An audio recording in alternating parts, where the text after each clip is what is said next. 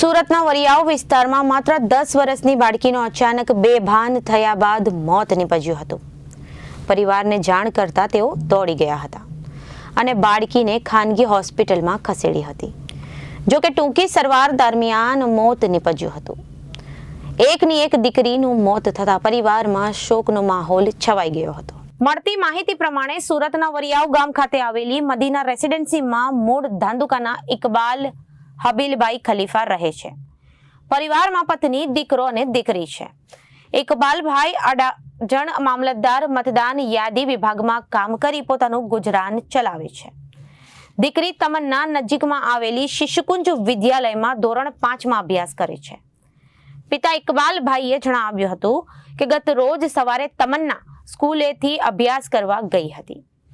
ત્યારબાદ બપોરે ઘરે આવ્યા બાદ જમીને સૂઈ ગઈ હતી।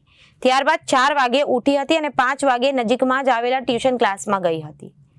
ટ્યુશન ક્લાસમાં ગયાના 5 મિનિટમાં જ ફોન આવ્યો હતો કે તમન્ના અચાનક વેપાર થઈને ઢળી પડી છે, જેથી પરિવારજનો તાત્કાલિક દોડીને ટ્યુશન ક્લાસ સાથે પહોંચ્યા હતા। તમન્નાએ તાત્કાલિક નજીકમાં જ આવેલી ખાનગી હોસ્પિટલમાં દાખલ કરી દેવામાં આવી હતી।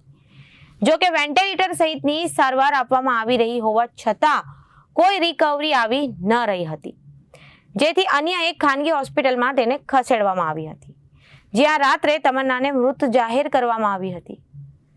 દીકરીના અચાનક મોતના પગલે પરિવારમાં શોકનો માહોલ છવાઈ ગયો હતો। 10 વર્ષની દીકરી મોતનું કારણ જાણવા માટે સિવિલ હોસ્પિટલ ખસેડવામાં આવી હતી।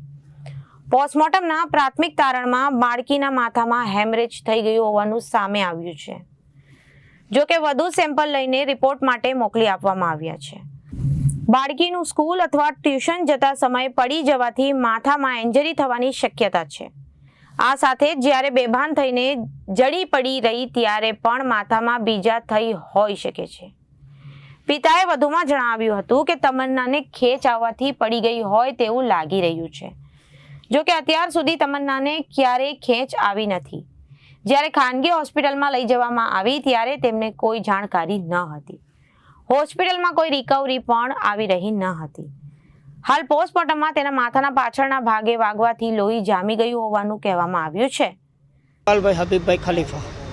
શું ઘટના બની છે? ગઈકાલે મારી છોકરી ટ્યુશનમાં ગયેલી અને ત્યાંથી ટ્યુશન ટીચરનો ફોન આવ્યો કે તમારી છોકરી બેભાન થઈ ગઈ છે, લઈ જાઓ।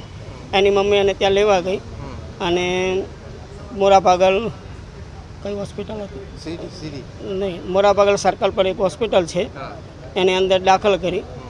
પણ પોસ્ટમોર્ટમમાં અમને બતાવવામાં આવ્યું છે કે છોકરી જ્યારે ખેંચ આવી અથવા કોઈ બી રીતે ચક્કર આવ્યા અને પડી ગઈ તો એને પાછળના ભાગમાં લાગેલું અને લોહી જામી ગયેલું।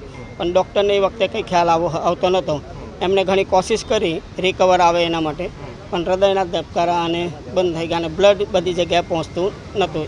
એના હિસાબે એને ડિસ્ચાર્જ કરી જેનેબ હોસ્પિટલમાં, અને જેનેબ હોસ્પિટલમાં એમને બી ટ્રાય કરી અને 11 વાગે એમને મૃત ઘોષિત કરી દીધી।